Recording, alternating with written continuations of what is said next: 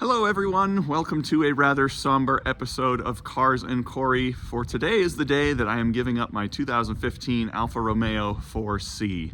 I've had this car since 2020, so it's been 5.5 years roughly, and decided that it's time to move on. So I wanted to talk a little bit about the car, what prompted me to want to own one, what my ownership experience has been like, and why I'm letting it go after all this time. So let's get into it. Just as an aside, I left my external mic at work, so the audio in this video isn't great, and I'm sorry. Okay, so this is my 2015 Alfa Romeo 4C Launch Edition Coupe. It is number 194 out of 500 Launch Edition cars that came to the United States. About 2,000 4Cs in total were sold in the USA from 2015 to 2020. For anyone who doesn't know, this is a carbon fiber chassis sports car. Very small, very lightweight, about 2,500 pounds. It has a 1750cc turbo four-cylinder, making about 240 horsepower and 258 pound-feet of torque. Really cool car that signaled the return of Alfa Romeo to the USA. They left the US market in 1995 and didn't come back until 2015, with the slight exception of the 8C Competizione, which we got about 125 cars between 2007 and 2008, so that doesn't really count. So when I first saw this car, it was a concept rendering in about 2013, I believe. And I knew I wanted one. I heard that the price of the car was going to be about $55,000, and I thought that within so many years I could probably afford one of those. Fast forward to 2014, I went to the New York International Auto Show, and I saw one at the auto show, was absolutely smitten by it, and knew I had to have one. Well, there was only one problem. They weren't $55,000 when they came out. They were closer to $70,000, high 60s, low 70s, depending on how you spec the car. This particular one, I think, was 72 and some change as a launch edition, which was a fully loaded car. So it was always on my radar, but it took me several years to get one until 2020. When I decided to let my 997 911 Carrera S go when I wanted something a little more track focused, and I figured this would be just the ticket. 2,500 pound curb weight, nice and light on consumables, so tires and brakes and gas and things like that would make it the perfect choice for a quick track car that I could have lots of fun with. Didn't hurt that it was absolutely stunningly beautiful, in my opinion. So I found this car down in Austin, Texas. It didn't look anything like this at the time, actually. The previous owner had modified it for track use, which was appealing to me because I intended to do track days with it. So it had a transmission cooler, it had an ECU tune, it had a big silly GT wing on the back, which obviously is no longer on there, thank goodness, partial vinyl wrap, and some other things. It had some racing bucket seats from Sparco, which when I went down to get the car in Austin, we drove down and drove back, and driving the 800 miles back on with Sparco seats was pretty torturous. That's not something I would recommend to anyone. So I proceeded to modify it some more over the next couple of years, enhancing the performance even further. I did several autocross events, track days, car shows, cars and coffees, really had my fun with the car. But in 2022, disaster struck. I was at High Plains Raceway, which is a track about an hour east of Denver, 2 hours from my house, doing an SCCA track night when I had a major problem pop up on the track, and I drove the car there, so I had to have it towed back. What happened was, to keep a long story short, between the engine and the transmission, there is a dust shield. It's a very thin piece of metal, and there were two bolts holding that dust shield together. Well, one of those bolts decided to back its way out.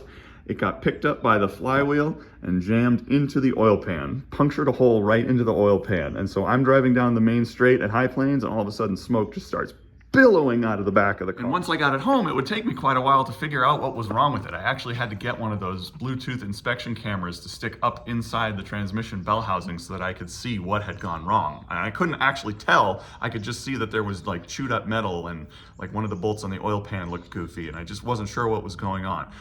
The car ran fine. I topped up the oil when I got it home, and I ran the engine, and it seemed absolutely fine. But as soon as I started to jack the car up to inspect what was going going on, oil started to pour out of the engine, and I was like, what is going on? So long story short, the oil pan was punctured, and in order to replace the oil pan, you have to take the engine and transmission completely out of the car. Now, in Colorado Springs, there's no independent Alfa Romeo service here. Like, nobody really knows what these cars are, and the dealer in Denver is an hour away, and I didn't really think that they knew what these cars are or how to work on them. So I wasn't going to pay them $200+ an hour to figure it out. I figured I would just figure it out myself. Hey, I've owned a bunch of Toyota MR2s. It's basically that, right?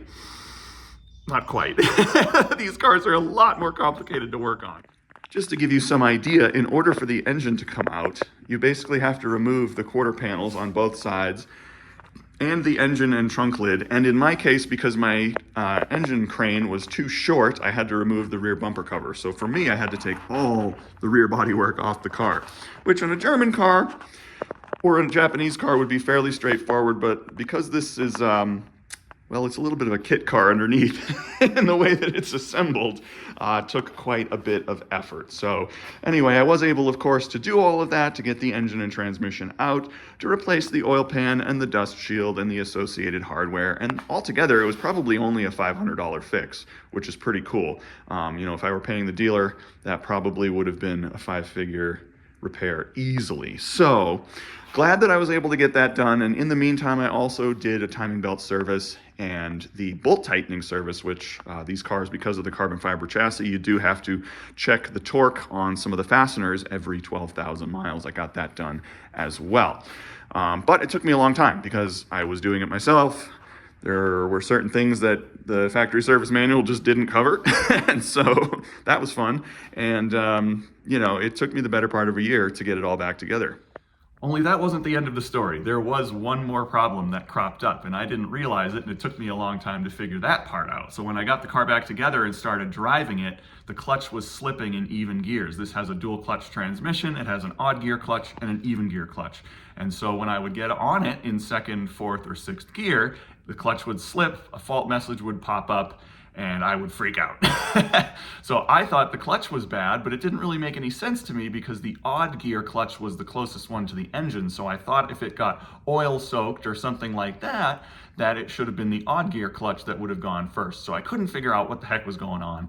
I was thinking, I'm gonna have to tear this whole thing apart again. Maybe I'd do some upgrades. Maybe I'd do an upgraded clutch, an upgraded turbo, and then start going down that rabbit hole. But fortunately, the car fixed itself, which I was like, very confused because clutches don't generally fix themselves. What had happened was I had done some calibration procedures when I put the car back together using a program called Alfa OBD, and effectively what I did was I told it had a new clutch. Well, the car didn't have a new clutch. The original clutch was fine. I inspected it. There was nothing wrong, but it was expecting certain parameters to be met, and when it wasn't seeing those numbers, it started to slip the clutch in order to try to protect the car, I guess. And so after several drive cycles, I mean, it probably took, I don't know, several months before the car sorted itself out, it started behaving totally fine. So what a relief, but I mean, for those several months, I was freaked out. So really lost like a year and a half of enjoyment of this car because of that setback. So that, you know, pretty atypical ownership experience. That issue with the dust shield bolts has affected a few other owners. I know one person had their like clutch hydraulic or their hydraulic pump in the transmission get taken out, which took out their clutch, and much more severe issue than mine. But anyway, that's not a typical thing that I think most owners would experience, but it happened to me, and that sucked. Prior to that, though, I did have a lot of fun with this car. I mean, the track days that I took it to were great. I took it to Pueblo Motorsports Park here in Pueblo, Colorado. I took it to Pikes Peak International Raceway, which is just about 25 minutes south of me here. That's our local track. Used to be a NASCAR track, and when Grid Life came to Colorado for a few years, they did the Grid Life Alpine Horizon, so I signed it up for the Time Attack event for the 3-day weekend. Did the Time Attack, had a transponder, got my lap times. I was on their TV thing on YouTube, which you can actually still see. I'll try to link the video in here for when I was doing that Time Attack. And they actually talked about me and showcased me driving around the track for about a minute, which was super cool. That absolutely made my year. I had so much fun in this car over that 3-day weekend. And, you know, on all the spirited drives that I've gone on, all the car shows, it's all been fun, all been positive. But the car is compromised. This is not a Porsche Cayman. If you want something that's daily usable, go buy a Cayman, go buy an Audi TTS or TTRS, something like that. This is a very specialized car, and as a replacement for a 911, I'm going to say it was a bit of a mistake, because the 911 was such a usable car, and where this is so focused. It's twitchy and darty on the highway. It's got manual steering. It's got no sound insulation in the cabin. You can see here, it's just exposed carbon fiber. There's no sound insulation except for these carpeted floor mats.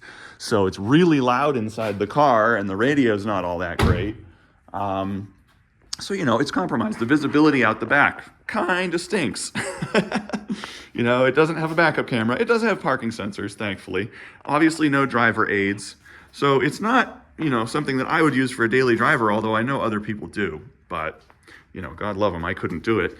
One of the things I remember hearing years ago that I maybe shouldn't have ignored was that this would make a great fifth car. I think that was Matt Farah from the Smoking Tire said that after driving one.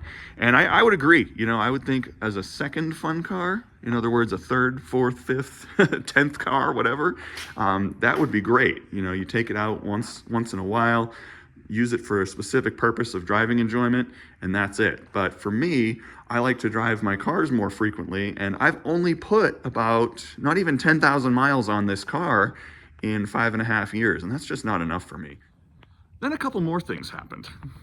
Somehow, inexplicably, I got an injury to my neck, so like a slipped or bulged disc here in my neck, which caused a lot of pain. Couldn't really figure out what was going on. Took a while to get into physical therapy, and tried some cortisone shots, and all that stuff didn't really work. But basically, the compression of going over bumps in this car just was absolutely killing me, so I really didn't want to drive it all that much while I was trying to figure out my pain situation.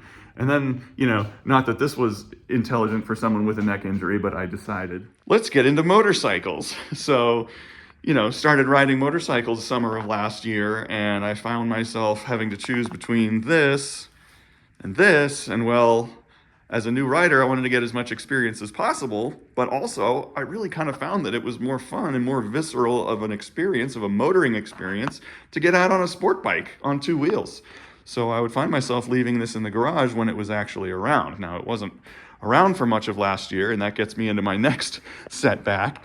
One day I had it parked at work, and someone in the parking lot accidentally grazed the front bumper right about here with their truck, put a nice big scratch on it. So fortunately, the responsible party came and found me, and we made an insurance claim, which unfortunately resulted in a minor damage report on the Carfax, but they were able to fix it. And at the same time, and I mentioned before that the car had a GT wing on it, so we took the GT wing off, which left a couple of holes on either side of the engine lid. So I had them fill those holes and repaint the engine lid, and now it looks fantastic, thank goodness. But it took a couple of attempts. The first repair didn't work out so great. And then on the front bumper, for whatever reason, when I got the car back, there were like 3 divots over here on the bumper that were never there before. So they actually had to repaint the front bumper cover and the engine lid twice. So that left me without the car for like 4 months. And in that time, that was kind of when I just decided that enough was enough. And so I wait here on a Sunday morning for a phone call from a transporter so they can pick up the car and bring it out to Portland, which in Portland is a dealership where I'm going to be getting my next car at the end of next week. I'm not going to reveal what that is just yet. Stay tuned for a future video for that. But just know that it's one that I've wanted for close to 20 years now. So when it popped up for sale, I went, holy crap, I gotta go get this. So I called the dealership immediately, said, hey, listen, here's the situation. I really want that car. I've been eyeballing it for a long time. I've actually tried to buy it before unsuccessfully, but I really want it, and I've got a car I'm gonna have to trade in. A little bit of a funky situation. Situation being that about 2 weeks ago, this car was still pretty modified. I had a set of carbon fiber racing seats in it. I had a harness bar with harnesses. I had a tuned ECU. It had a downpipe. It had an upgraded intercooler. It had a wheel stud conversion, all of which I had to remove and put back to stock in a relative hurry. So fortunately, I was able to do that pretty straightforward. It just took a few free nights of my time. But yeah, that was obviously a huge concern. I was worried that, you know, they wouldn't want a modified car, so I was going to have to put it back to stock. I was worried that they would know that it was modified and then just kind of bid light on it, which when they gave me my trade-in value, I was like, oh, wow, okay, that's very fair. I mean, it wasn't like fantastic, but it wasn't too far off from what I thought I could sell it for privately, so that kind of made the decision a lot easier. So that's it. That's why I'm saying goodbye to the 4C. It's been a lot of fun. It's been a little bit of a bumpy journey, you know, like pretty atypical ownership experience, but that's what you get when you buy a modified car and take it to the track. And, you know, I kind of knew what I was getting into there. Didn't quite expect it to be quite as harsh of a ride. You know, the suspension on this car is really firm, and I think that's a big part of the reason why I wanted to replace it, because it feels kind of fragile on these bumpy Colorado roads. So that's something else, you know, to consider if you're thinking about buying one. But anyway, do I wish I could keep it? Yes, I do. I really wish I could. I wish I could keep it and add the other car, but I don't have a 10-car garage, you know, otherwise I would just keep everything that I've ever owned. But, you know, it's always selling one to get to the next one, and it is what it is. And I've enjoyed my time with it. I'm glad to get to say I was an Alfa owner. I'm still very passionate. I'm thinking about, you know, maybe picking up a Giulia somewhere in the future when my Fiat lease is up. So more on that maybe later. But anyway, if you're thinking about buying one of these, just know what you're getting yourself into. I think you can have a lot of fun with it. I wouldn't recommend it as, certainly not as your only car, definitely not as your only sports car. But if it's a third car, a fourth car, a fifth car, something like that, you know, and you can afford it, it's a lot of fun. And it's not a ton of money to maintain. It's not a ton of money to insure. It's reasonably fuel efficient. So there's a lot of pros that come with owning this car. You know, it buys you entrance into the supercar club without having to spend supercar money. I get waves from Ferrari owners and Lamborghini owners. I've had people at the gas station be like, is that a Bugatti? Like crazy, crazy stuff. Just a lot of positives that come with owning a 4C. Really enjoyable. And if you're thinking about buying one, you know, like I said, know what you're getting yourself into, but I would recommend taking the plunge if it makes sense for you. So that's it. That's the 4C. I'm not going to make a final driving video because I'm too afraid something might happen to it. Crazy Colorado drivers around here, man. But really fun car. I am going to miss it. I am going to drive it over to my work where the transporter is going to pick it up. So you might see a little bit of footage of that getting loaded on a transport. But that is all she wrote. Lastly, I want to say I really appreciate you watching my videos. This is always a lot of fun to do. I'm sorry I don't have more content on the 4C specifically, but stay tuned for the next car because I'm going to be filming a lot of content on that. There's not enough YouTube content on the next car, so I'm going to be putting that out there for you. I'm not going to reveal what it is just yet, but just know that it is European. It's manual transmission. I'm happy to be going back to a manual, and I'm definitely increasing the cylinder count by a lot. So please like this video, leave a comment below, and consider subscribing for more sports car content from Cars and Corey. Thanks again for watching. Oh, and one more thing, shameless plug. If you're an existing 4C owner and you're looking to improve the performance of your car, all of my modifications are for sale on 4c-forums.com. I've got these awesome carbon fiber L-Tech Italia seats. I've got an intercooler, I've got a downpipe, I've got an ECU tune, a couple other bits and pieces for sale over there. So head on over, check that out. Let me know if there's anything you're interested in. Thanks again.